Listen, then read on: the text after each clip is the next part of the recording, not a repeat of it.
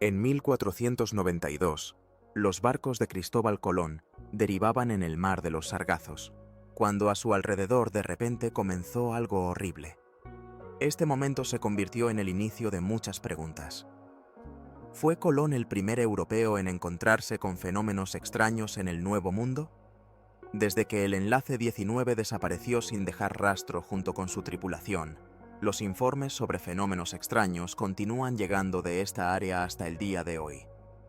Pilotos y pescadores informan sobre encuentros misteriosos, posiblemente con extraterrestres del espacio.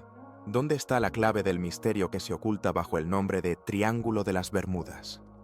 Muchos hoy en día perciben el problema del Triángulo de las Bermudas como una superstición o una invención. Sin embargo, los testimonios de testigos oculares confirman que en esta región ocurren cosas que escapan a nuestra comprensión. Para muchos, el Triángulo de las Bermudas sigue siendo solo una figura geométrica en medio del Atlántico, con vértices en Florida, Puerto Rico y el archipiélago de las Bermudas. ¿Qué hace que esta parte del océano sea diferente de las demás?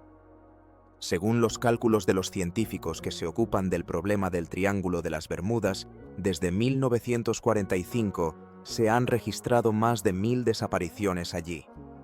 No solo desaparecieron pescadores, sino también cruceros, aviones privados y aviones de pasajeros, y junto con ellos, desaparecieron tanto los pasajeros como las tripulaciones. Richard Weiner, autor del libro El Triángulo Diabólico, señala que el mayor misterio de esta área son las desapariciones del buque de guerra Ciclopes americanos. Este vapor, de longitud de 150 metros y un desplazamiento de 19.000 toneladas, desapareció durante la Primera Guerra Mundial, cuando muchos barcos utilizaban carbón y había pocos de diésel. A bordo se encontraban 300 marineros y oficiales que se dirigían desde Barbados británico a Norfolk, estado de Virginia. Tanto el barco como su tripulación desaparecieron sin dejar rastro. Algunos culpan a las condiciones climáticas, ya que una repentina ráfaga de viento, no es raro en estos lugares, puede hundir un barco o un avión en cuestión de segundos. Sin embargo, otros creen que en esta área operan fuerzas mucho más siniestras. El Dr. Charles Berlitz, autor del libro El Triángulo de las Bermudas, pasó años verificando casi todas las teorías que explican la desaparición de barcos y aviones en esta región.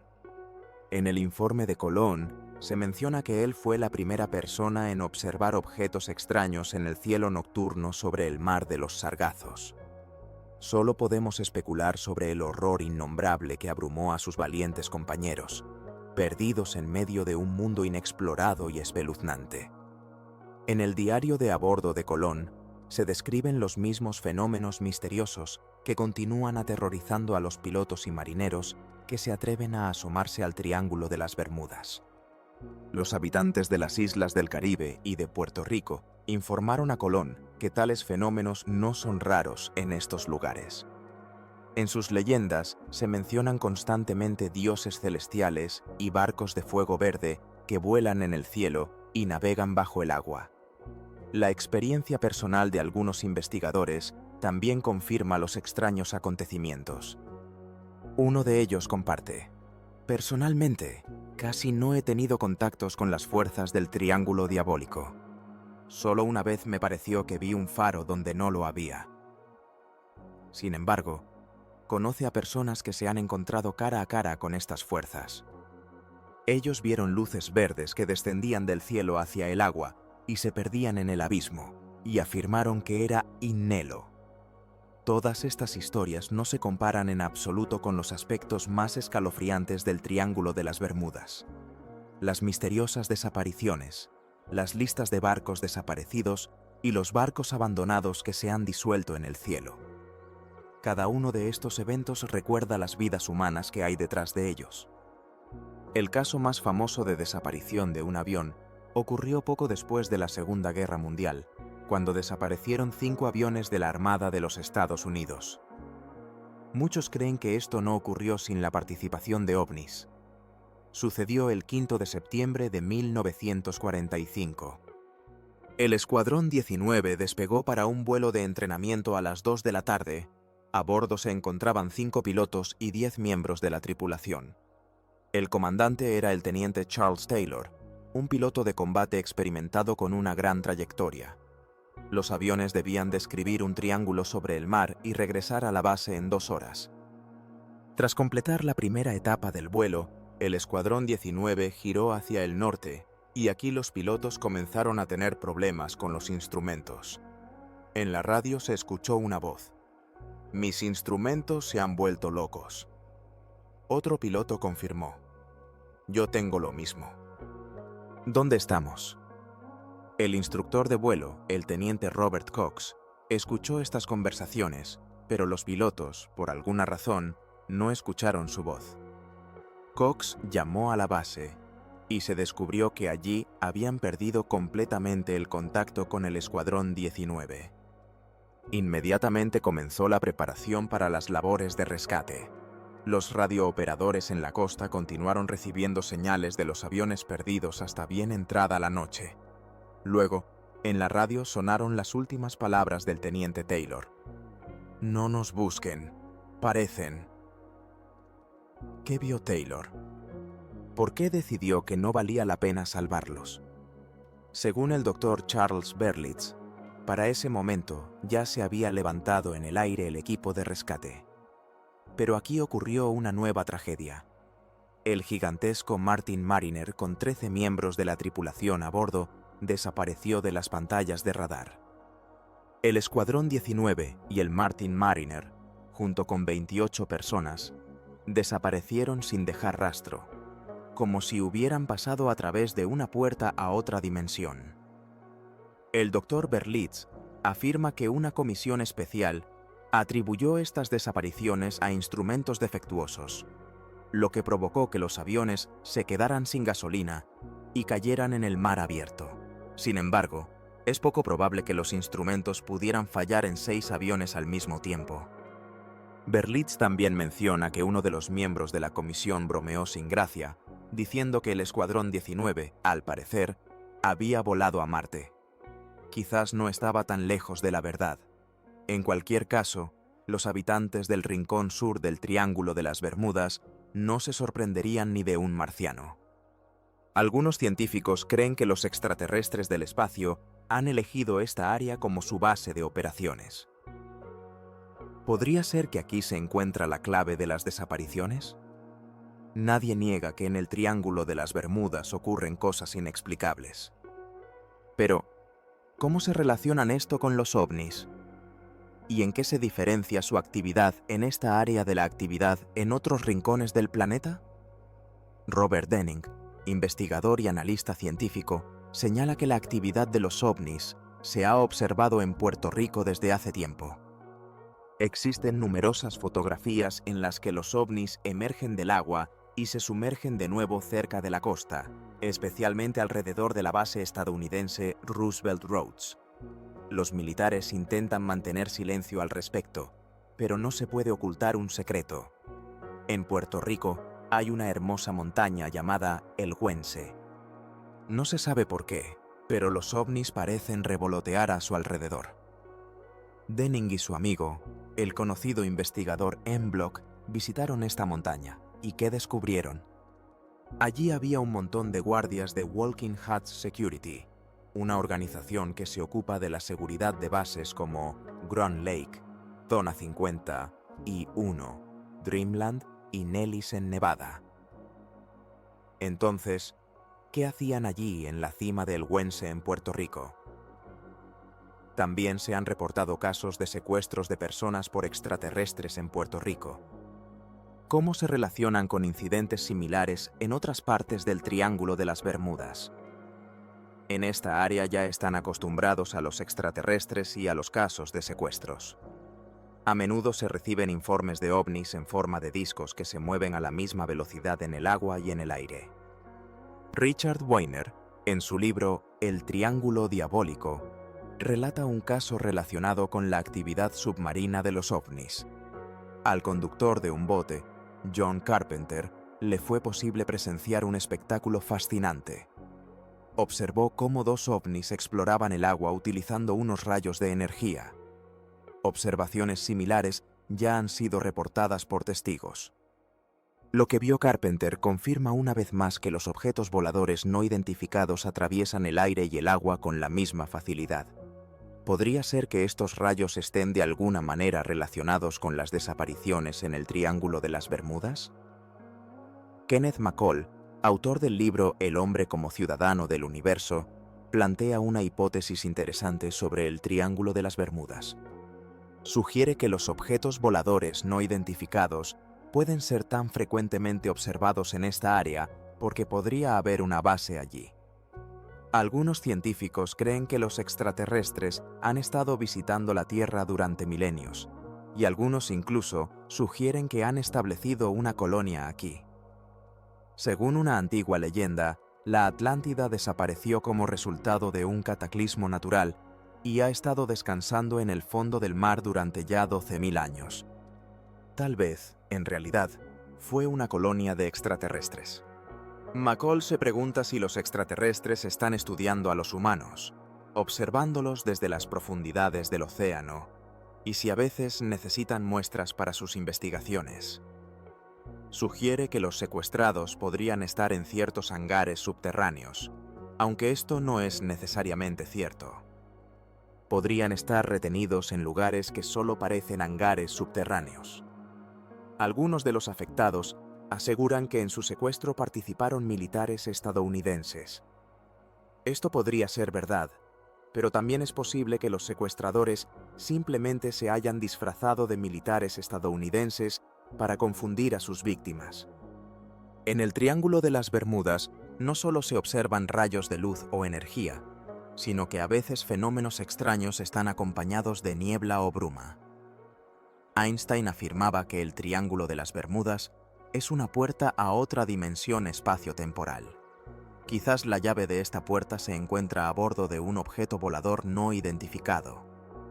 George Winfield, editor de la revista Estrella, señala que están tratando con fenómenos interdimensionales. La investigación de estos fenómenos se ha llevado a cabo desde 1947, pero tienen una historia mucho más antigua. El fenómeno de los objetos voladores no identificados es muy complejo y consta de varios aspectos.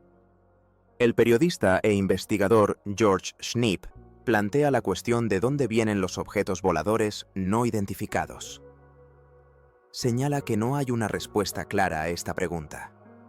Algunos creen que los extraterrestres provienen de otras dimensiones, otros se refieren a universos paralelos, y otros creen que somos nosotros mismos, solo que llegados de un futuro lejano. Schnipp también se pregunta si hay testigos que han estado más allá de esta barrera y han regresado. Según afirman los expertos, el número de informes en constante aumento indica que miles de personas han estado a bordo de un objeto volador no identificado. Estos mensajes resuenan con los casos de secuestros en el Triángulo de las Bermudas.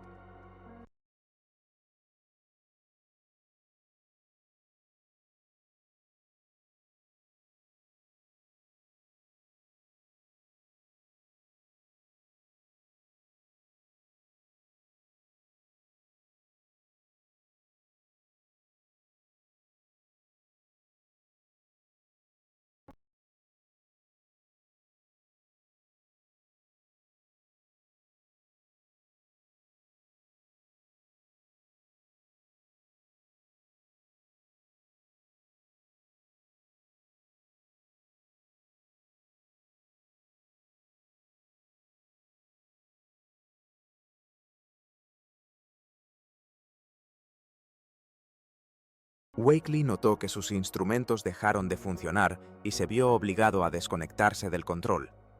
Pronto la neblina desapareció y el vuelo continuó normalmente.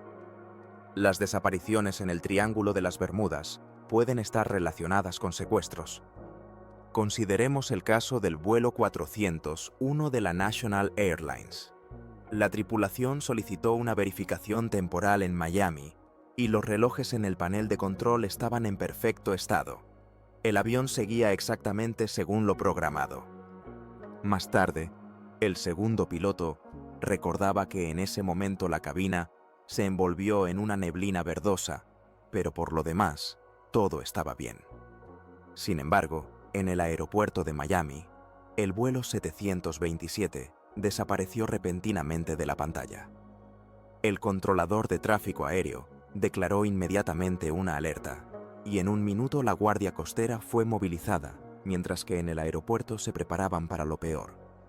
La azafata se sorprendió de que pudo realizar un trabajo que normalmente toma 10 a 12 minutos, en solo 3 minutos. El segundo piloto notó que la neblina verde alrededor del avión desapareció de repente, y el cielo se volvió absolutamente claro. Justo 10 minutos después de la desaparición del vuelo 727, volvió a aparecer en la pantalla. Investigaciones posteriores mostraron que el equipo a bordo estaba en perfecto estado. El vuelo 727 aterrizó con éxito en Miami. La tripulación observó con asombro el equipo de rescate listo para actuar. Los pilotos no podían creer que el avión se había retrasado 10 minutos. Cuando comenzaron a comparar los relojes, resultó que todos a bordo tenían los relojes atrasados exactamente 10 minutos. ¿Qué es entonces la neblina verde? Podría ser una puerta a otra dimensión. El capitán Don Henry, que regresaba de Puerto Rico con 25.000 toneladas de carga, sabe más sobre esto que nadie. Ese día el clima era maravilloso, y él descansaba en su camarote cuando de repente la electricidad falló. Revisaron todo: generadores, interruptores, disyuntores, todo estaba en orden. Sin embargo, en la cubierta estaba ocurriendo algo extraño. Toda la barcaza estaba envuelta en una especie de neblina. Decidiendo verificar qué estaba sucediendo, el capitán bajó y se encontró con lo inimaginable. Con 25 años de experiencia en navegación, nunca había visto ráfagas tan extrañas. De repente, todos los instrumentos fallaron. La brújula, la radio, el radar, todo se fue al traste.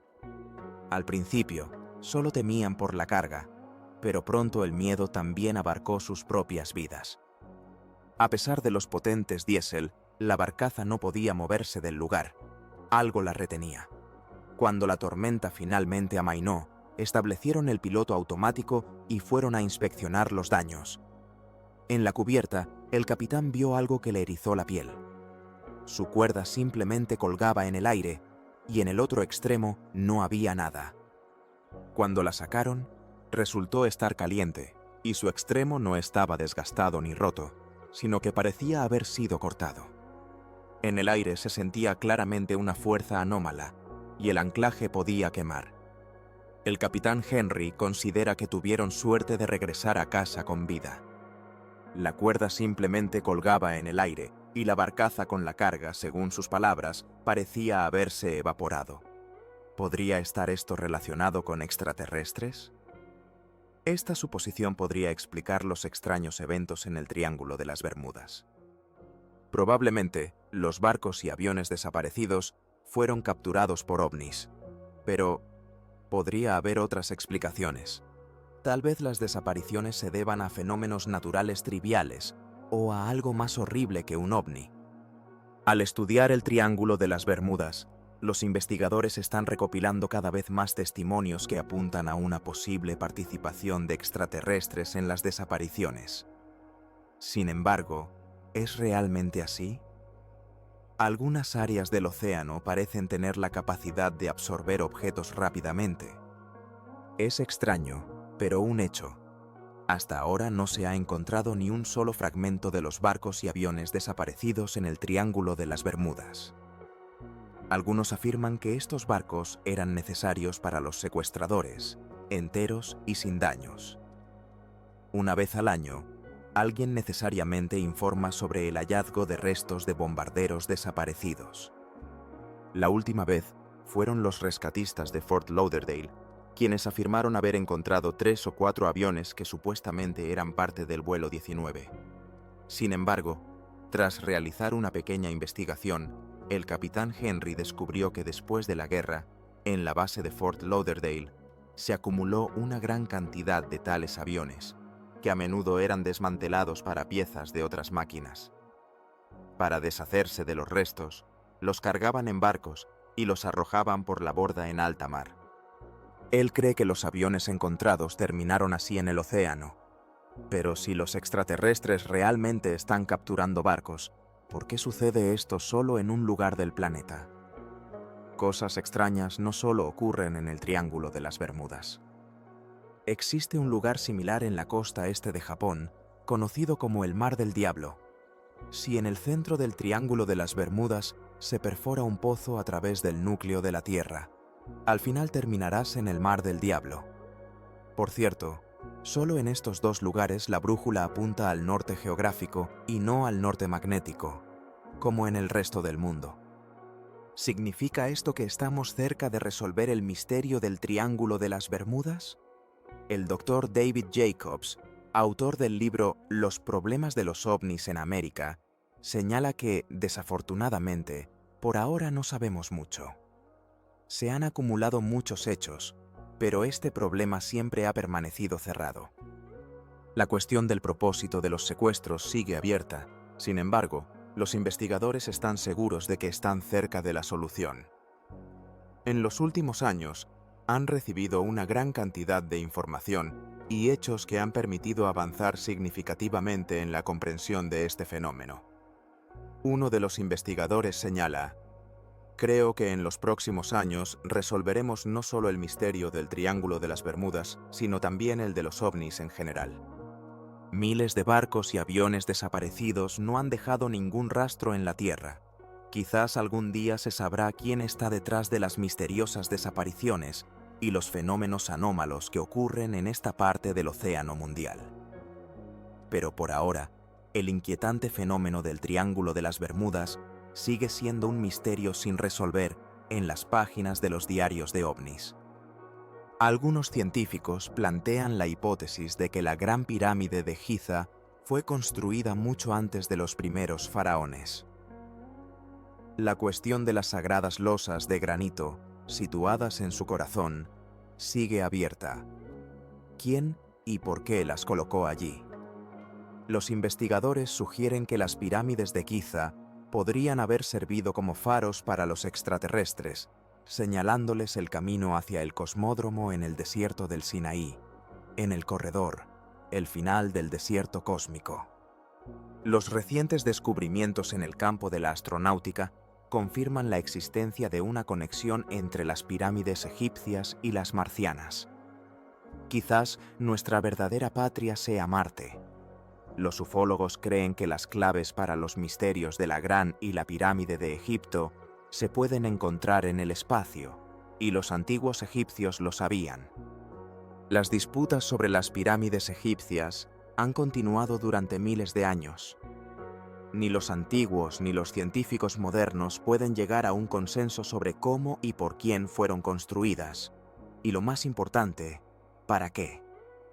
Según la versión oficial, son tumbas para los faraones, construidas por los egipcios alrededor del año 2500 antes de nuestra era, durante la Cuarta Dinastía. Sin embargo, esta versión genera dudas en muchos. Algunos científicos creen que los antiguos egipcios no pudieron construir tales estructuras masivas. Si no fueron ellos, ¿quién fue?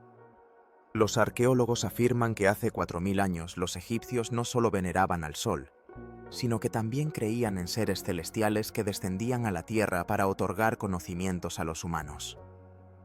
Es posible que estos seres divinos estuvieran de alguna manera relacionados con las pirámides. Las preguntas sobre la conexión de las pirámides con recientes descubrimientos en planetas vecinos permanecen sin respuesta.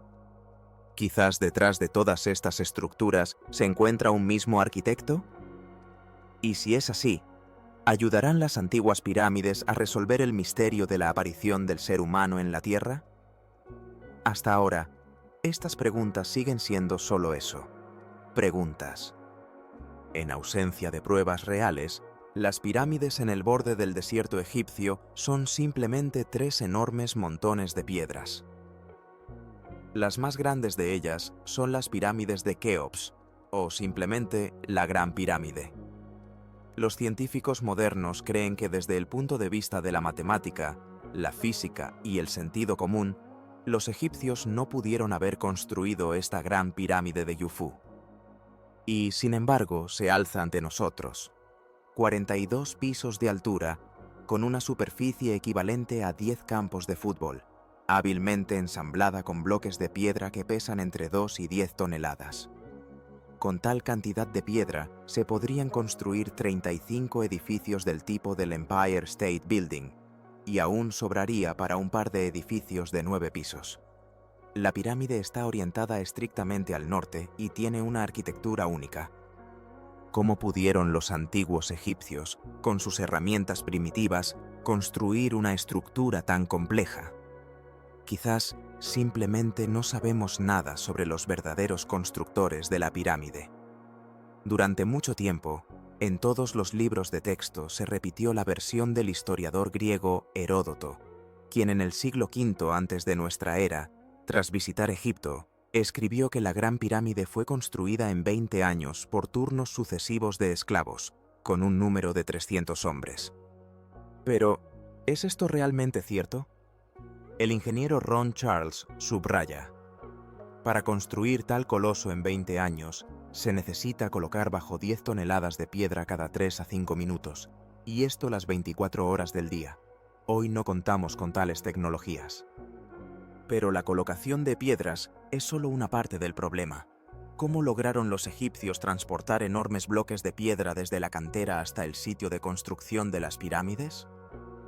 Chuck Missler, ingeniero y astrónomo, señala la popular versión en el cine, según la cual las pirámides fueron construidas por cientos de miles de esclavos. Él califica esta teoría de absurda. Nada más estúpido se puede imaginar. David Teulin, autor del libro El signo y el testigo, añade que los egipcios de la cuarta dinastía no se caracterizaban por ser belicosos y, aun si no fuera así, no habrían podido reunir tal cantidad de esclavos.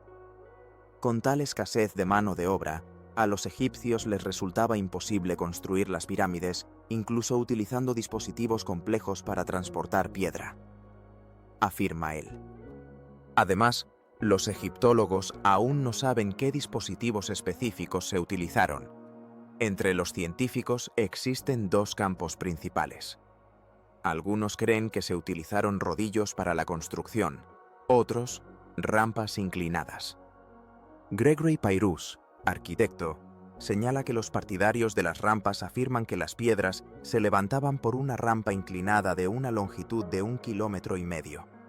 Sin embargo, él enfatiza que construir tal rampa sería mucho más complicado que la propia pirámide. Y luego, ¿cómo se deshicieron los egipcios de 2.500 toneladas de escombros de construcción? Se pregunta Pyrrhus. También considera la teoría de que los egipcios podrían haber colocado troncos debajo de los bloques. Esta teoría parece razonable, especialmente si no se tienen en cuenta algunos factores vitales. Dice él, señalando que en ese tiempo en Egipto solo crecían palmeras datileras, que servían como fuente de alimento, y es poco probable que los egipcios decidieran talarlas. Además, para transportar 25 millones de troncos se necesitaría una flota que Egipto nunca tuvo. Es absolutamente imposible transportar bloques en rodillos de madera por un camino de piedra, añade él, subrayando que con tal peso de los bloques, a unos pocos cientos de metros de los rodillos, no quedaría nada. A pesar de esto, las explicaciones tradicionales sobre el origen de las pirámides permanecen sin cambios a lo largo de los siglos. ¿Quizás ha llegado el momento para esto?, se pregunta Pyrrhus, señalando la evidente discrepancia entre las teorías y los hechos. En la época de la construcción de las pirámides, ciencias como la geología, la matemática y la astronomía estaban en su apogeo. Nuestra tecnología no nos permite construir nada parecido, dice Greg Nelson, autor del libro El poder de las pirámides. No descarta la posibilidad de que otras civilizaciones, quizás incluso seres de otros sistemas solares y galaxias, ayudaran a los egipcios en la construcción de las pirámides. Si la pirámide fue construida por alguna raza alienígena de vagabundos espaciales, ¿cuál es entonces el propósito de estos gigantes? Se pregunta Nelson. Algunos científicos creen que la respuesta se encuentra en la base y la orientación de la pirámide. Es poco probable que los egipcios supieran de geología lo que sabemos hoy, señala él, enfatizando que no está claro cómo pudieron construir una estructura tan enorme sin una base adecuada. Por idea, debería haberse hundido en el suelo, añade él, señalando que los ingenieros modernos hacen una tolerancia de hundimiento para edificios de varios pisos de 15 centímetros por cada 100 años, mientras que la Gran Pirámide, con un peso de 5,5 toneladas, se ha hundido solo 4 centímetros en 5.000 años. Esta maravilla de la ingeniería indica que arquitectos desconocidos no solo querían que la pirámide durara para siempre, sino que también sabían cómo lograrlo. Además, a los ingenieros modernos les sorprende el hecho de que sus antiguos predecesores pudieron hacer las paredes perfectamente rectas. En la construcción moderna, una desviación de pared de 25 centímetros en 12 metros se considera un gran logro, mientras que las paredes de la Gran Pirámide están construidas con una desviación de aproximadamente medio centímetro. Las tecnologías modernas, según Goni Gond, autor del libro Stonehenge y la Gran Pirámide, no son capaces de proporcionar la precisión que se logró en la construcción de la Gran Pirámide. Estos antiguos arquitectos poseían conocimientos fenomenales de astronomía. Comprendían la duración del día y del año, conocían el tiempo de los equinoccios y eran conscientes de que la Tierra tiene forma esférica, lo que les permitía calcular la latitud y la longitud. Anthony Hilder, escritor y teórico, subraya la sorprendente orientación geográfica de la Gran Pirámide en Giza. Sus paredes están estrictamente alineadas de norte a sur y de este a oeste, con desviaciones del norte verdadero de solo 3 minutos. Hilder se pregunta cómo los habitantes del mundo antiguo pudieron calcular el norte verdadero, mientras que los europeos discutían durante siglos sobre si nuestro planeta es plano. Los egipcios, o sus maestros, ya hace 4.000 años calculaban libremente la latitud y la longitud en la superficie esférica de la Tierra. Richard Hoagland, autor del libro Monumentos marcianos, afirma que 2 descubrimientos científicos recientes refutan las ideas tradicionales de que las pirámides egipcias servían como tumbas para los faraones. El primer descubrimiento se refiere a muestras radiactivas y de carbono radiactivo que mostraron que la cima de la pirámide es varios miles de años más antigua que su base. El segundo descubrimiento está relacionado con arena radiactiva encontrada en el centro de la pirámide, en las habitaciones detrás de la cámara funeraria real. Estos 2 hechos, según Hoagland, se explican bien entre sí y pueden indicar la existencia de tecnologías que eran familiares para los constructores de la Gran Pirámide. También existen suposiciones sobre viajes interplanetarios y la presencia de extraterrestres. Algunos científicos expresan la opinión de que dentro de la Gran Pirámide actúa una poderosa energía negra, que ellos llaman la maldición de los faraones. David Davis, escritor e historiador, señala que la maldición de los faraones afectó por primera vez a 2 ingleses, Howard Carter y Lord Carnarvon, quienes en 1920 investigaron la tumba de Tutankamón. Entre los artefactos encontraron una tablilla con un hechizo, advirtiendo sobre la violación del descanso del faraón. Aunque esto no asustó a los científicos, sus asistentes locales pudieron entrar en pánico y huir, escondiendo la tablilla. Sin embargo, poco después de esto, 3 docenas de personas involucradas en las excavaciones murieron. Carnarvon y Carter estaban a punto de abrir la tumba de Mauldin cuando el primero se enfermó repentinamente y murió poco después de una enfermedad desconocida. En el momento de su muerte, se cortó la electricidad en todo El Cairo. Carter Mays, el americano que retiró el último trozo de pared que bloqueaba el acceso a la tumba, También murió con los mismos síntomas, fiebre y coma. Después de que Carter mostró la tumba a su amigo George Good, este despertó con fiebre y pronto falleció. Archibald Douglas, quien realizó la primera radiografía de la momia, murió a bordo de un barco que regresaba a Inglaterra. Los investigadores del fenómeno de la maldición de los faraones afirman que el conocido médico y biólogo Izudin Taga descubrió en la tumba un antiguo hongo microscópico que pudo haber estado allí durante miles de años. Afirmó que el hongo se destruye fácilmente con antibióticos, pero un trágico accidente automovilístico le impidió probar su punto. Si las pirámides realmente fueron construidas por alguna supercivilización, es posible que este hongo haya sido dejado como protección contra los intrusos. Tal vez los constructores de las pirámides no querían permitir que los terrícolas accedieran a sus secretos. ¿Qué siniestras verdades oculta la Gran Pirámide? Algunos investigadores sugieren que las gigantescas losas de granito sobre la Cámara Real podrían estar cumpliendo funciones extrañas. ¿Funcionan hoy en día? Quizás esa sea la clave para desentrañar el misterio de las pirámides. Se sabe que los constructores de la Gran Pirámide en Giza calcularon que duraría para siempre. Los arqueólogos afirman que originalmente la pirámide estaba cubierta por una capa protectora de piedras, que hacía que las paredes fueran lisas y inclinadas. Esta capa fue retirada y utilizada para construir casas en el Cairo, pero la propia pirámide permaneció intacta. Existen testimonios de que la Gran Pirámide, a diferencia de otras construcciones, no se hunde en el suelo. También se conoce la maldición de los faraones, una especie de fuerza que mata a todos los que se acercan demasiado a los antiguos secretos. Es evidente que los constructores de la pirámide no querían permitir ninguna intrusión en sus entrañas. Pero, ¿por qué? Quizás planeaban utilizarla nuevamente algún día.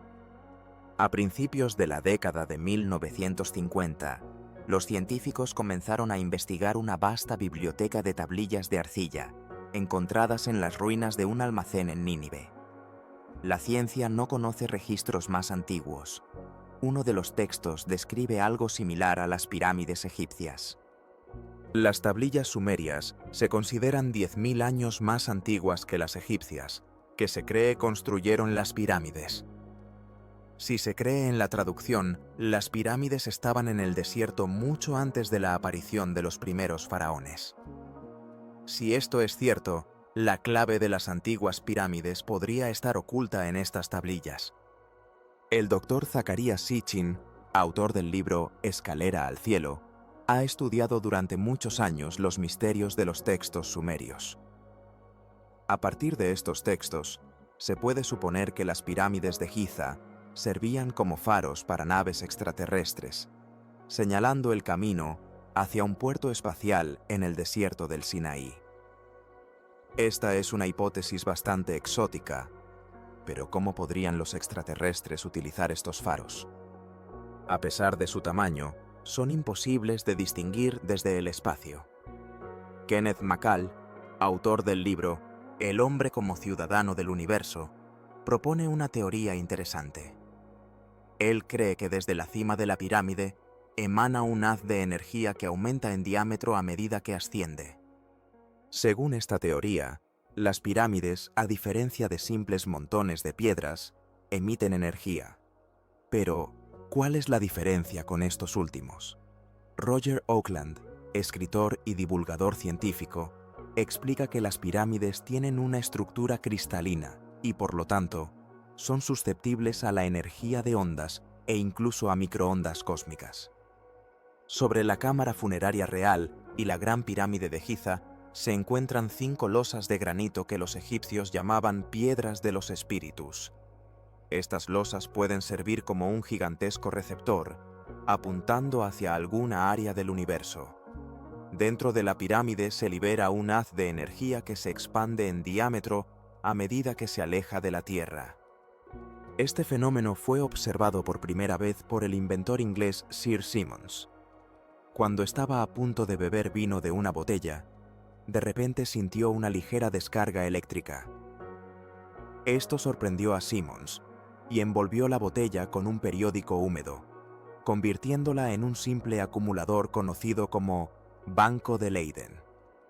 Así, la Gran Pirámide podría ser un gigantesco acumulador de energía, pero se desconoce para qué está destinada. La única figura autorizada que afirma que se encontró arena radiactiva en la pirámide es el Dr. Ebram Nevgavi. En 1987, él asistió a una conferencia arqueológica en Tennessee, donde su amigo afirmaba haber oído de él sobre arena radiactiva en el corazón de la Gran Pirámide. Esto sugiere que allí no trabajaba una civilización primitiva, sino alguien muy avanzado. Así, los antiguos textos sumerios pueden describir los verdaderos propósitos de las pirámides como faros para los errantes cósmicos. Suena increíble, pero esta es la primera hipótesis que explica todas las extrañezas de la Gran Pirámide, su ubicación, construcción y diseño. Sin embargo, ¿existen otros argumentos a favor de constructores extraterrestres de las pirámides? En los textos sumerios, la Tierra se menciona como el séptimo planeta, lo que puede indicar que los sumerios consideraban los planetas no desde el Sol, sino desde el borde exterior de nuestro sistema solar. Sin embargo, Neptuno y Plutón fueron descubiertos solo en el siglo XX y estos textos fueron escritos hace 10.000 años. Surge la pregunta, ¿de dónde tenían los sumerios el conocimiento de que la Tierra era realmente el séptimo planeta? Según la opinión del investigador Zecharia Sitchin, solo aquel que voló cerca de Plutón, Urano, Saturno, Júpiter y Marte podría llamar a la Tierra de esa manera. Esto plantea una interesante cuestión sobre la posible influencia de extraterrestres en las antiguas civilizaciones, incluyendo la autoría de la Gran Pirámide. Investigaciones espaciales recientes han mostrado que las pirámides en la superficie de Marte son sorprendentemente similares a las egipcias. Este descubrimiento lleva a reflexionar sobre si realmente este coloso fue construido por extraterrestres con algún propósito conocido por ellos. La humanidad comienza a explorar los límites del sistema solar, sin embargo, sigue siendo incierto si estos descubrimientos conducirán a la resolución del misterio de las pirámides o, por el contrario, confundirán aún más a los científicos. Las principales leyes matemáticas que se encuentran en las construcciones en Marte replican las estructuras en Giza, incluyendo la ubicación de la Esfinge.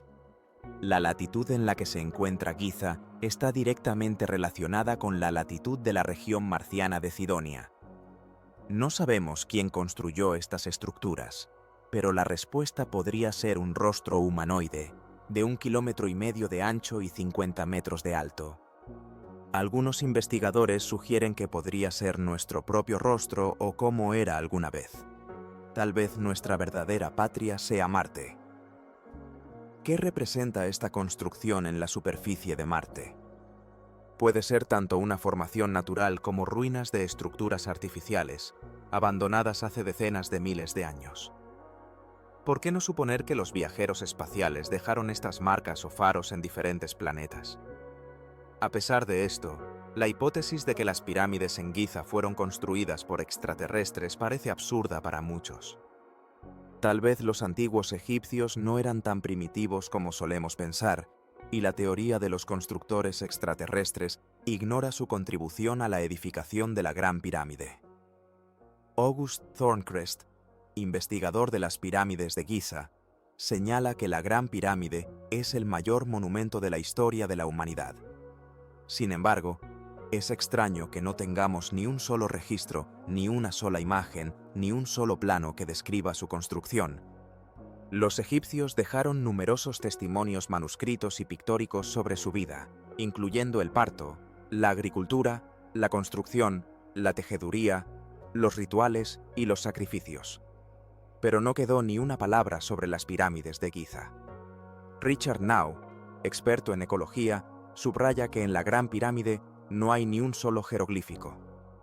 Afirma que no la construyeron los egipcios, sino un pueblo conocido como los Hyksos, o reyes pastores, que llegaron a Egipto y utilizaron sus tecnologías para su edificación. Expertos de diferentes campos del conocimiento parecen decir lo mismo.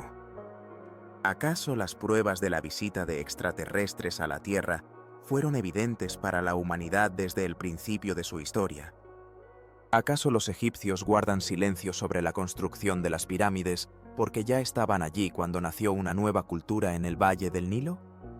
¿Y significa esto que el misterio de las pirámides nunca será resuelto por los terrícolas? Mientras tanto, las misteriosas y silenciosas pirámides permanecen uno de los más fascinantes enigmas en la historia. En diciembre de 1965, los habitantes de la ciudad de Kecksburg, en el estado de Pensilvania, fueron testigos de un fenómeno extraño.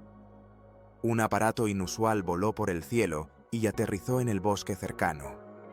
Un grupo de lugareños se apresuró a buscarlo, pero pronto el pueblo fue rodeado por militares que se llevaron el trofeo y lo llevaron en dirección desconocida. En el pequeño pueblo de Kecksburg, en el estado de Pensilvania, ha estado flotando durante 30 años un espíritu de controversia. Algunos habitantes afirman que nunca ha ocurrido nada inusual en sus tierras, mientras que otros insisten en que cada día sobre ellos vuelan objetos voladores no identificados. La historia de un extraño objeto metálico que realizó un aterrizaje forzoso en el bosque cercano ha sido la causa de interminables rumores y un persistente silencio. ¿Qué ocultan los habitantes de Kecksburg? ¿Un secreto militar o un secreto del universo? Para entender esto, es necesario regresar a diciembre de 1965. Stan Gordon, ufólogo, recuerda cómo el objeto apareció sobre los bosques de Kecksburg a las 4:47 de la tarde. Existen numerosos testigos que observaron su caída. Sin embargo, nadie escuchó los sonidos del desastre. Todos notaron cómo sobre el bosque se elevó una columna de humo azul que atrajo la atención de los habitantes locales, quienes se apresuraron al lugar del incidente. En el fondo de un barranco forestal, descubrieron un objeto metálico, aún humeante por su rápido paso a través de la atmósfera de la Tierra. James Romansky, uno de los primeros en llegar al lugar, describe: «Vi un gran aparato, algo así como una mazorca de maíz. Tenía un parachoques bastante abollado en la parte inferior del fuselaje. No puedo describir con precisión su color. Bronce, cobre, acero, es difícil de determinar». Según los testimonios, pronto llegaron camiones, soldados y equipos al lugar. «Nos encontramos en estado de emergencia. Alrededor había jeeps, camiones, soldados», continúa Romansky. Dos hombres con capas idénticas y cortes de cabello cortos salieron del bosque. Uno de ellos, mirando a su alrededor, anunció en tono oficial el cierre del acceso a esta área y ordenó a todos que se dispersaran hacia sus casas. Stan Gordon, quien entrevistó a los testigos, descubrió que el objeto había estado en el barranco solo unas pocas horas antes de que lo capturaran los militares. Trajeron aquí un remolque con 2 plataformas. En la trasera había un elevador con un cable y un transportador de carga. En la plataforma había una funda de lona que cubría ajustadamente el parachoques, relata Gordon. Más tarde en la noche, el remolque con la plataforma dejó Kecksburg. Más tarde se supo que el camión se dirigió a la base de la Fuerza Aérea Lockford en el estado de Ohio, y luego a Dayton, a la base Wright-Patterson. Probablemente, el objeto fue seguido, y se preparó un grupo especial de captura para llevar a cabo la operación. El misterioso objeto fue trasladado, y nadie en Kecksburg lo volvió a ver. Sin embargo, lo más misterioso ocurrió después. El presentador del programa de noticias, John Murphy, consideró el incidente en Kecksburg lo suficientemente importante como para una investigación periodística y entrevistó a los testigos. Uno de ellos contó: «Vi cómo esa cosa caía y ardía». Al ser preguntado si había visto lo mismo, otro testigo confirmó: «Sí, por supuesto. Tenía forma de cigarro, estaba completamente en llamas. De hecho, volaba muy recto y luego aterrizó en el bosque. Tenía algo escrito, solo que era ilegible. Tal vez eran jeroglíficos, digamos, japoneses. El testigo, sin creer en esto, respondió: No, para nada se parece. ¿Estás seguro de que era exactamente una nave espacial? Absolutamente. Era muy brillante, aseguró. Alrededor había muchos soldados y la gente no sabía qué estaba sucediendo, lo que añadía una atmósfera de miedo e incertidumbre. Los testigos de la caída del objeto y su captura más tarde estaban muy asustados. John Murphy, uno de los testigos, comparte sus impresiones. Poco después del incidente, las personas que habían compartido gustosamente sus observaciones de repente comenzaron a negarse a mencionar sus nombres. ¿Qué ocurrió en las horas siguientes a que los testigos dieran sus declaraciones? Esa noche realmente había muchos militares, y, según algunos, estas personas se negaron a testificar no por su propia voluntad. Quizás simplemente fueron forzados a hacerlo o incluso pagados por su silencio. Kevin Randall, autor del libro Historia de los accidentes y el encubrimiento, afirma que las autoridades oficiales niegan la conexión entre los ovnis y los extraterrestres, aunque en realidad saben de su existencia. Él subraya: los militares sabían que estaban tratando con una nave espacial, por eso se comportaron como en una guerra.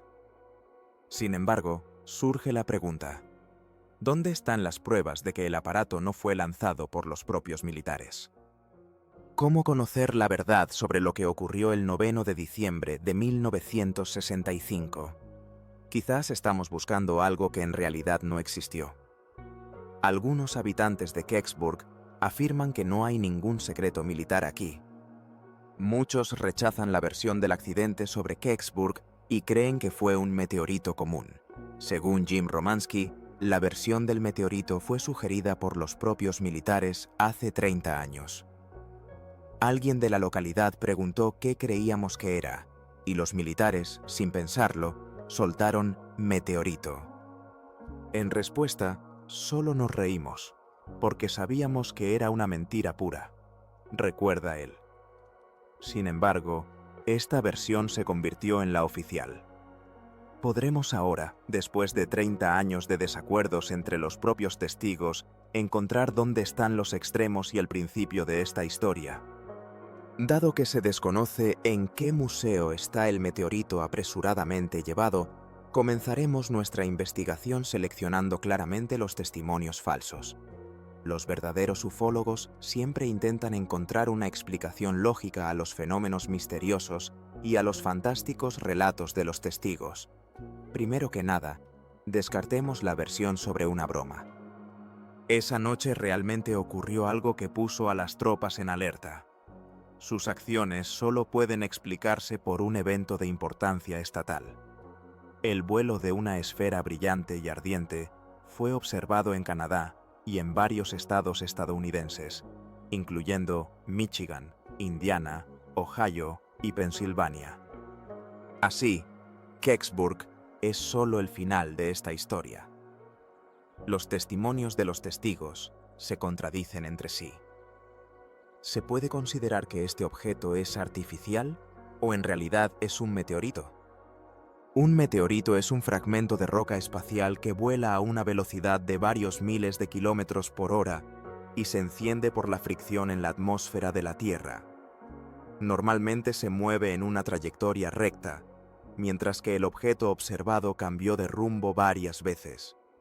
Las personas que lo observaron antes de su caída notan que volaba lentamente, como si estuviera planeando. En cualquier caso, el recuerdo del objeto no fue dictado por su supuesta velocidad supersónica.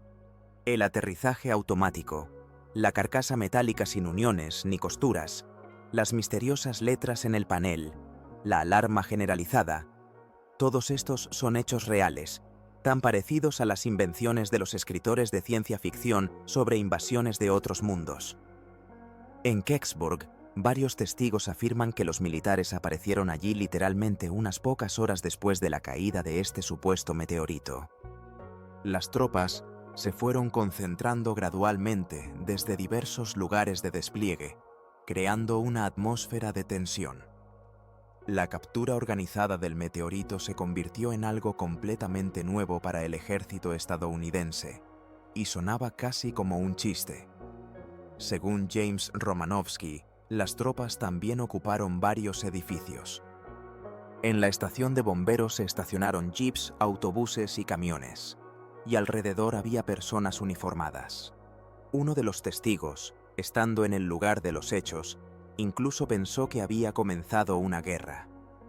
En la entrada había 2 guardias armados, y cuando uno de ellos pidió entrar por necesidad, los guardias solo murmuraron en respuesta que eso no estaba permitido.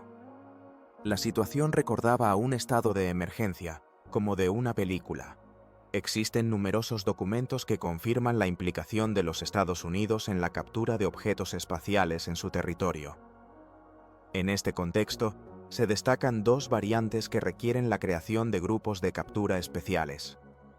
La primera es cuando un vehículo espacial de otro país aterriza en el territorio nacional, y la segunda es cuando el objeto es una nave de extraterrestres.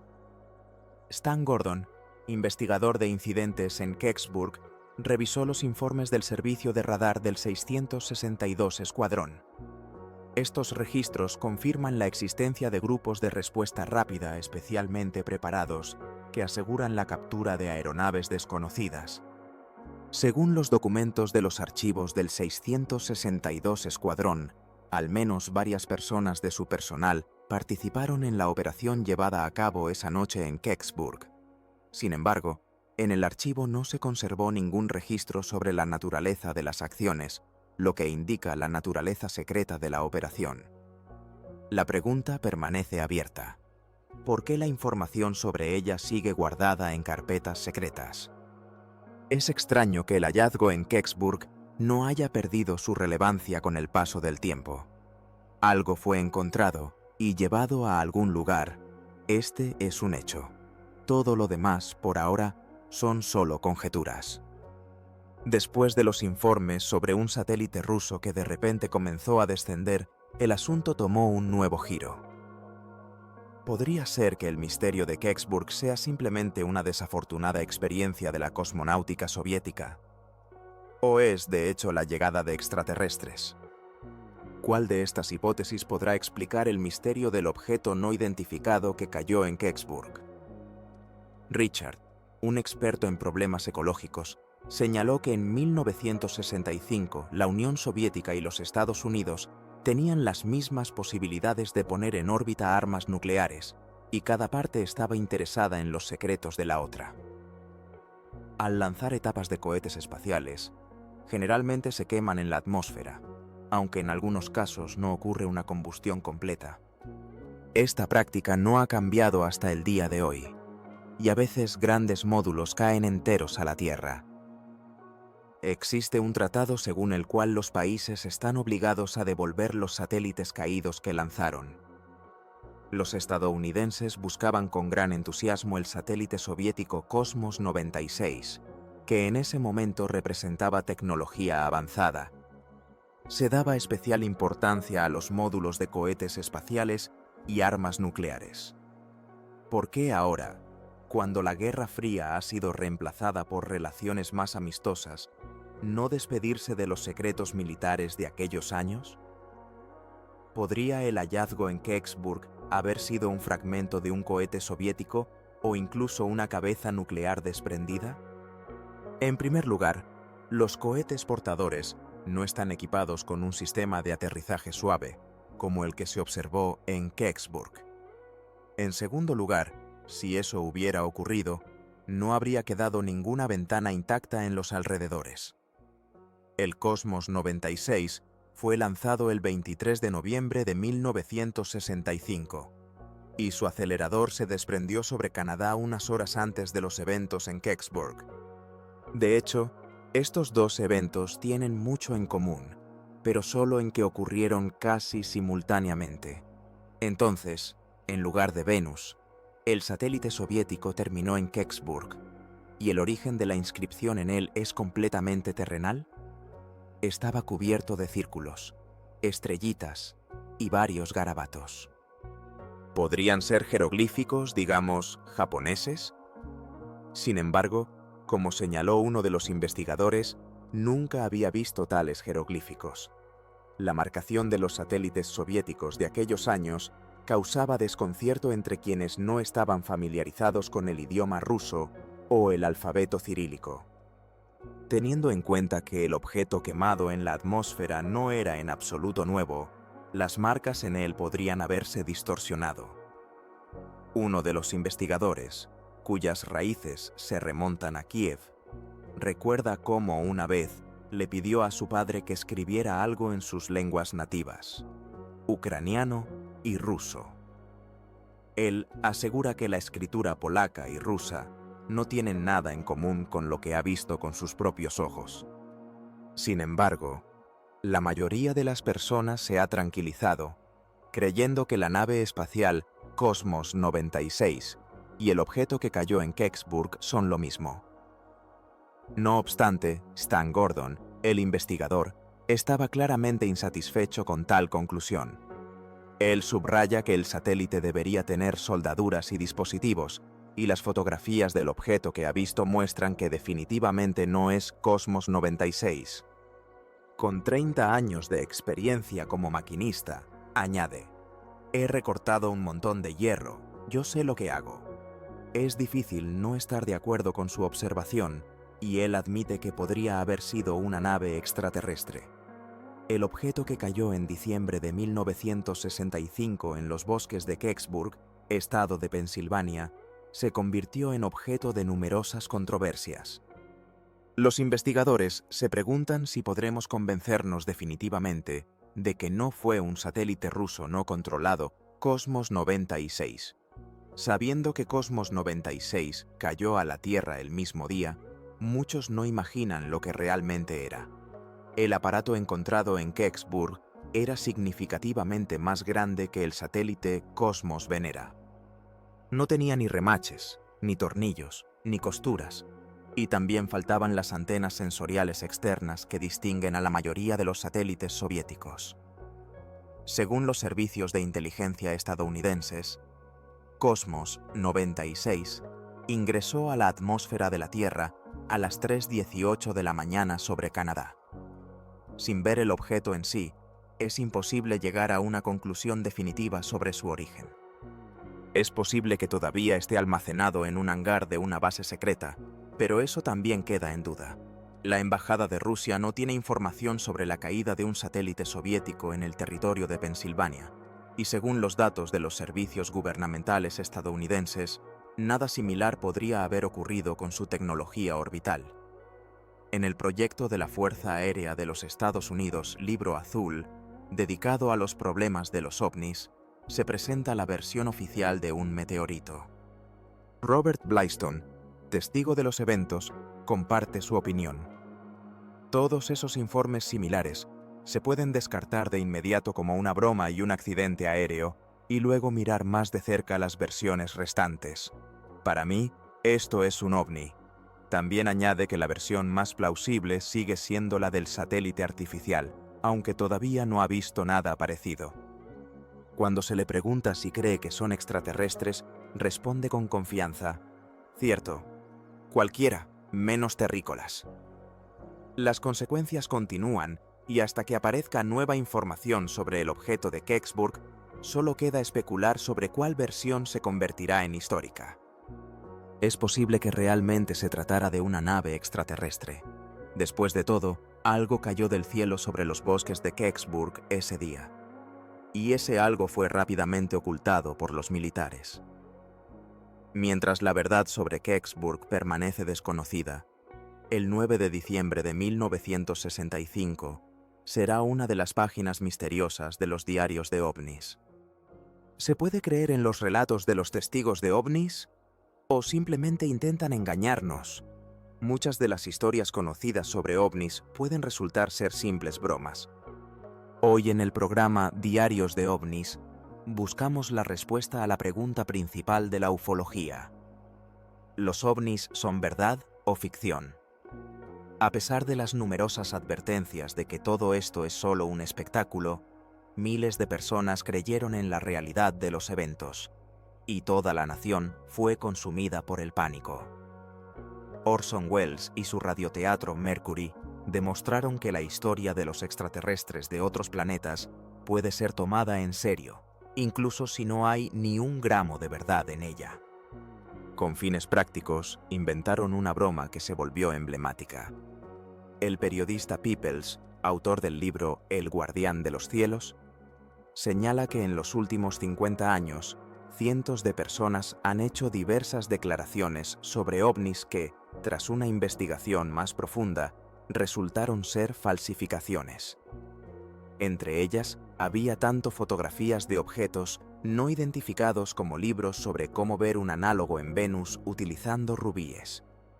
A veces, los narradores proporcionaban pruebas materiales, pero incluso estas, al ser estudiadas, resultaban ser falsas. Gavin Randall, autor del libro Historia de los accidentes de ovnis, subraya que debido a estos bromistas, la credibilidad de los verdaderos ufólogos se ve afectada. Mientras los investigadores intentan establecer el verdadero origen del fenómeno ovni, los engañadores y los locos confunden las mentes de las personas, especialmente cuando éstas toman su locura como una verdad absoluta. ¿Cómo se puede desenmascarar a un engañador? ¿Qué criterios utilizan los ufólogos para determinar la veracidad de la información sobre ovnis? En primer lugar, es necesario establecer qué motiva cada mensaje. El historiador Curtis Peebles relata cómo se descubrió una de las mistificaciones. En 1950, un hombre llamado Frank Scully escribió el libro Detrás de los platillos voladores, en el que afirmaba que el gobierno estadounidense había recuperado un platillo volador que había caído cerca de la ciudad de Aztec, Nuevo México. Scully supuestamente se enteró de esta historia a través del magnate del petróleo Silas Newton. Newton le ofreció a Scully una historia interesante, afirmando que tenía pruebas irrefutables de la veracidad de su relato. Describió las sorprendentes propiedades del disco, que fue probado por uno de los más grandes científicos del país, quien concluyó que no era una falsificación. Scully, interesado, aceptó escribir un relato, si es que era verdad. Sin embargo, pronto se descubrió que el objeto era en realidad aluminio común, del que se fabrican sartenes y ollas. El engaño fue revelado por un conocido periodista llamado Guy P. Kahn, quien descubrió que la historia de la nave espacial había sido inventada para engañar a los inversores de la industria petrolera. Kahn relató cómo se acercaron a los agricultores y les dijeron que tenían un extraterrestre, y luego vendieron acciones a $50 cada una y desaparecieron. Posteriormente, se les acusó de fraude. Esta historia y su desenmascaramiento ilustran la constante lucha de los ufólogos contra todo tipo de mistificaciones. Pero, ¿en qué testimonios se puede confiar? Con la multitud de testigos, parece imposible encontrar la verdad. Solo hay relatos de individuos sobre lo que supuestamente han visto. ¿Significa esto que en realidad es imposible probar la existencia de extraterrestres, incluso en nuestra era de exploración activa del espacio? Con plena confianza en los astronautas, podemos considerar sus informes sobre la observación de objetos no identificados como pruebas irrefutables. En los tiempos de los primeros vuelos, los astronautas a menudo hablaban sobre la observación de ovnis. Sin embargo, hoy en día los ufólogos tienden a dudar de la veracidad de esa información. En algunos casos, los testimonios de los astronautas resultaron ser simples errores absurdos. Un ejemplo notable es el informe de Jim McDivitt, miembro de la tripulación de la nave Gemini 4. Según él, cerca de la nave pasó un enorme objeto de forma esférica, del cual sobresalía una mano. Más tarde se demostró que ese objeto era un cohete propulsor JME-4 que había entrado en la misma órbita. Fue un error divertido, pero nada más. No una nave de extraterrestres. Las historias sobre objetos voladores no identificados pueden surgir de una imaginación desbordante o, en el peor de los casos, de un engaño óptico. Pero, ¿qué evidencia se puede considerar irrefutable? Solo aquello que se puede ver con propios ojos, o lo que ha sido registrado por decenas de observadores y se repite noche tras noche. Sin embargo, incluso esa evidencia puede ser manipulada. En un pequeño pueblo llamado Gulf Breeze en Florida, conocido por los informes sobre ovnis, los aviones no son una rareza, considerando la cercanía de dos bases de la Fuerza Aérea. No obstante, el ojo humano aún no se ha acostumbrado a tales aparatos voladores. Vicky Cooper Ecker, editora de la revista No, menciona un caso en el que Wend Walters, trabajando en esa área, notó una luz en las ventanas. Cuando salió a la calle, vio un objeto volador no identificado. Afortunadamente, él tenía una cámara y tomó fotografías nítidas de objetos en forma de faro. En las semanas siguientes, logró crear toda una galería de fotografías de ovnis que, según los ufólogos, se ven bastante convincentes, si no extremadamente convincentes. Sin embargo, su relato no fue del agrado de todos. Bud Hopkins, investigador del fenómeno de los secuestros, describe la situación en la que Ed fue llevado a bordo de una nave y luego devuelto a la Tierra. Se sabe poco sobre lo que le ocurrió a bordo. Según sus palabras, tuvo contacto telepático en repetidas ocasiones con extraterrestres. Las grabaciones en video, realizadas por el propio Ed, contienen fragmentos de sus relatos sobre los secuestros, algunos de los cuales recuerda, mientras que otros fueron recuperados bajo hipnosis y acompañados de experiencias dolorosas. La historia es realmente impresionante, pero ¿qué hay de los hechos concretos? La mejor evidencia podría ser las fotografías de Walters, sin embargo, aquí también surgieron dudas. Algunos residentes de Gulf Breeze confirmaron su relato, informando sobre sus observaciones de un objeto similar, pero, desafortunadamente, ninguno de ellos pudo proporcionar fotografías tan nítidas. El Dr. Bruce Maccabee, un reconocido físico que trabajó para el gobierno, investigó las cintas y fotografías, así como la situación en general, y confirmó la autenticidad de las imágenes. Esta es una pericia muy autorizada. Así, las observaciones en Gulf Breeze podrían convertirse en el hecho más creíble de un encuentro entre terrícolas y extraterrestres. Sin embargo, ¿no surge aquí la cuestión de la falsificación? Las opiniones de los ufólogos están divididas. Algunos creen en los relatos de Ed Walters, mientras que otros tienden a dudar. Jerry Black, ufólogo, señala numerosas discrepancias en la historia de Ed. El señor William Hauser, analista fotográfico independiente, invitado para analizar las fotografías, determinó que una de las imágenes, el número 19, es indudablemente una superposición de un cuadro sobre otro. En ella se muestra un ovni flotando sobre la carretera, mientras que el camión, cuyo conductor es Ed, está detenido al costado. El objeto supuestamente planea sobre la carretera, iluminándola con rayos desde la parte inferior de su fuselaje. Sin embargo, en el capó del camión no se refleja el ovni. Esto genera dudas, ya que el resplandor necesariamente debería haberse reflejado en el capó. Danny, el hijo de Walters, tiene un amigo llamado Tom, quien recientemente declaró que ayudó a Ed a procesar las fotografías. Después de esto, Walters comenzó a negar muchos de los hechos previamente afirmados, lo que alarmó a muchos de los investigadores anteriores. En mi opinión, aquí hay mucho que revisar. En la casa que anteriormente pertenecía a Ed Walters, se descubrió un modelo de nave espacial hecho de papel. Estaba tirado en el ático y llevaba el nombre de Ed Walters. Era un modelo de papel, probablemente uno de los prototipos con los que él comenzó. Es probable que hubiera varios modelos, y este es uno de los primeros. Al menos, en las fotografías que Ed Walters proporcionó para el público, no se encontraba. Muchos suponen que Walters dejó el modelo en el ático cuando los expertos llegaron a su casa. No lo destruyó ni lo guardó en un armario, quizás por temor a que los investigadores pudieran mirar en su dormitorio en busca de pruebas. En su lugar, decidió dejarlo acumular polvo en el ático, esperando que nadie lo encontrara. Algunos comentaristas señalan que Walters mostró ingenio al falsificar todas las fotografías y luego mudarse, llevándose consigo todos sus juguetes excepto una prueba. Sin embargo, esto parece ilógico. Las disputas sobre ovnis en Galveston no han cesado con los años, y la cuestión de si los investigadores están cerca de resolver el misterio permanece abierta. ¿Verdad o ficción? Esta historia aún no ha sido confirmada por nada más que los testimonios de los lugareños.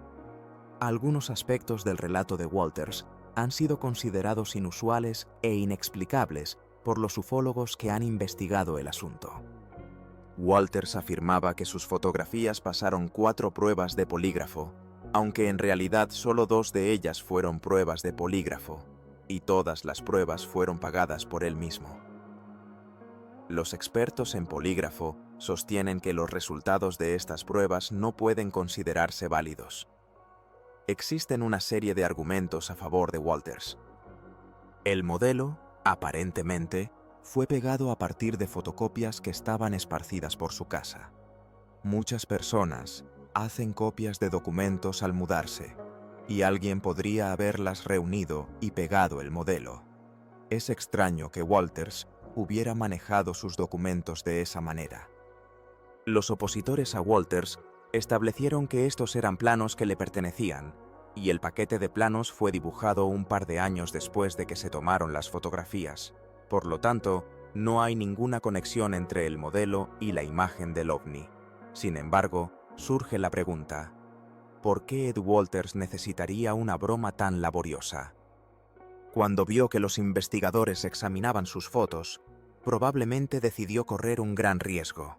La historia adquirió un alcance nacional, y para ese momento se dio cuenta de que no había vuelta atrás, lo que lo asustó.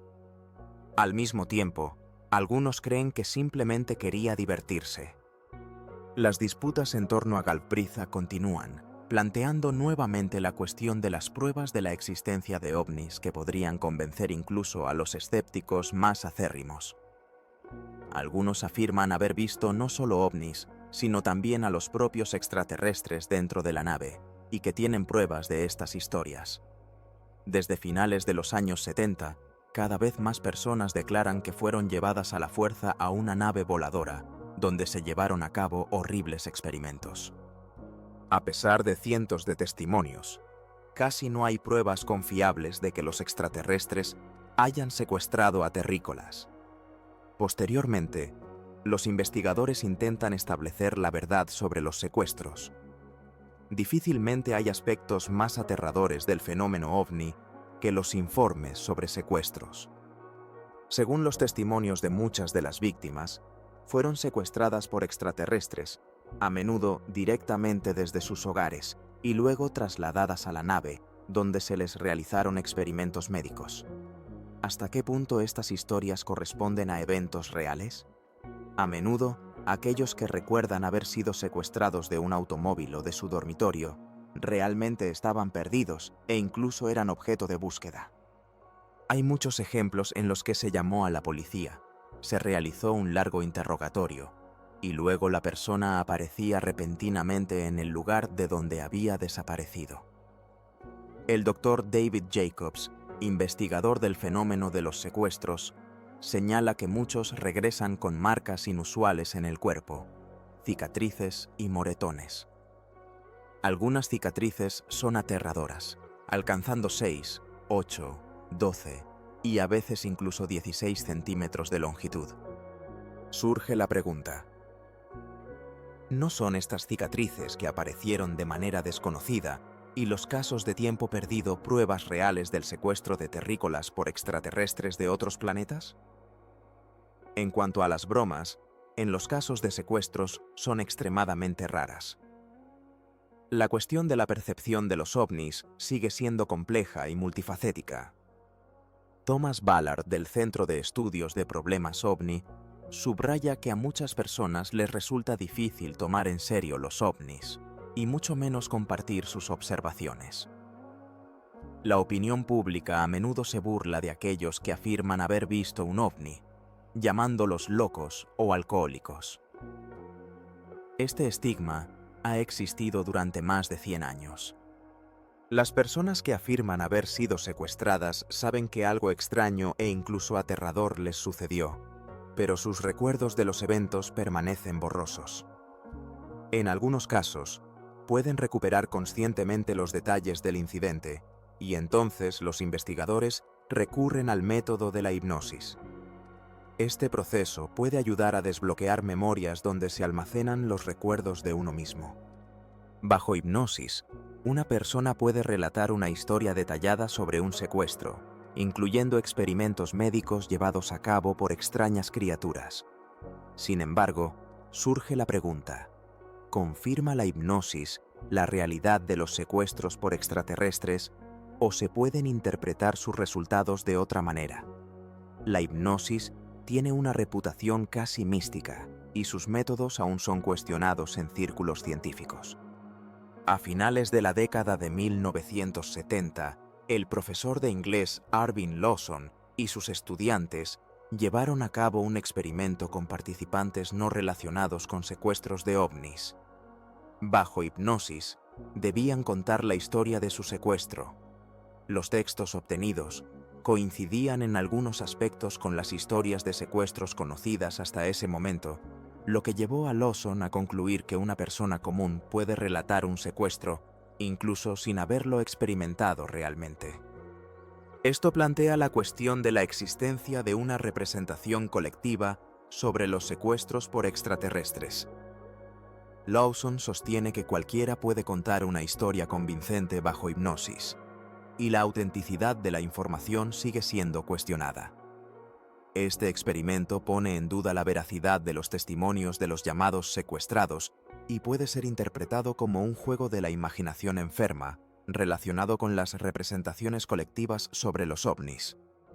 La hipnosis no puede servir como una medida absoluta de verdad, ya que los recuerdos bajo hipnosis pueden ser una mezcla de realidad e imaginación. Sin embargo, muchos ufólogos otorgan gran importancia a los testimonios sobre secuestros, incluso si se obtienen bajo hipnosis. Si se logra explicar por qué las personas cuentan estas historias sin hipnosis, esto podría hacer que incluso los escépticos más acérrimos se detengan a pensar. La hipnosis se utiliza porque realmente funciona. Algunos investigadores de ovnis tienen altas exigencias sobre la veracidad de la información, pero queda la pregunta: ¿cuántos testimonios sobreviven a tal selección rigurosa? ¿Cuándo obtendremos, finalmente, pruebas irrefutables de la existencia de extraterrestres? Si seres inteligentes de otros planetas realmente visitan la Tierra, es lógico suponer que nos superan en inteligencia y tecnología. Esto también podría significar que nos estudian e interactúan con nosotros, permaneciendo invisibles. La pregunta sigue abierta. ¿Podremos alguna vez probar o refutar la presencia de seres no terrestres en la Tierra? ¿Son suficientes las pruebas de secuestros para confirmar su existencia o se necesita algo más convincente? Quizás sea necesario que un ovni aterrice en el jardín de la Casa Blanca. No está claro sobre qué base se construyen declaraciones generalmente aceptadas como «si existen, muéstrenlas». Todos los elementos para crear una imagen general ya están reunidos. Existen muestras del material del cual, supuestamente, está hecha la nave voladora. Se están investigando los lugares de aterrizaje de los ovnis y cualquier forma de contacto de naves extraterrestres con el entorno. En este campo aún hay mucho por explorar. Además, hay fotografías que han sido procesadas con tecnologías computacionales y otros métodos de ampliación. Estas imágenes no son falsificaciones. El problema es que no se ha podido encontrar el hilo del cual está colgado el objeto no identificado. Existen grabaciones de video, películas y testimonios orales de personas dignas de confianza, así como numerosos informes. George Snee, periodista, subraya que aceptan cualquier crítica de aquellos que niegan sus investigaciones. Aclara que no se trata de escépticos, sino de que es imposible lograr una verdadera refutación del fenómeno ovni. La razón, según él, es simple. Las personas han observado ovnis en todos los continentes y en todas las culturas durante cientos de miles de años. Millones de testigos lo confirman. Si esto ocurriera en un tribunal, esos testimonios serían suficientes para afirmar la verdad. Sin embargo, cuando se trata de ovnis, por alguna razón se considera de antemano que es una mentira. SNE cree que 90% de todas las observaciones de ovnis son interpretaciones erróneas de fenómenos explicables. Al mismo tiempo, 9 de cada 10 testimonios verdaderos permanecen desconocidos. Sin embargo, incluso los datos existentes son impresionantes. Los informes continúan llegando. La cuestión de si el ser humano está solo en el universo ha sido discutida durante siglos.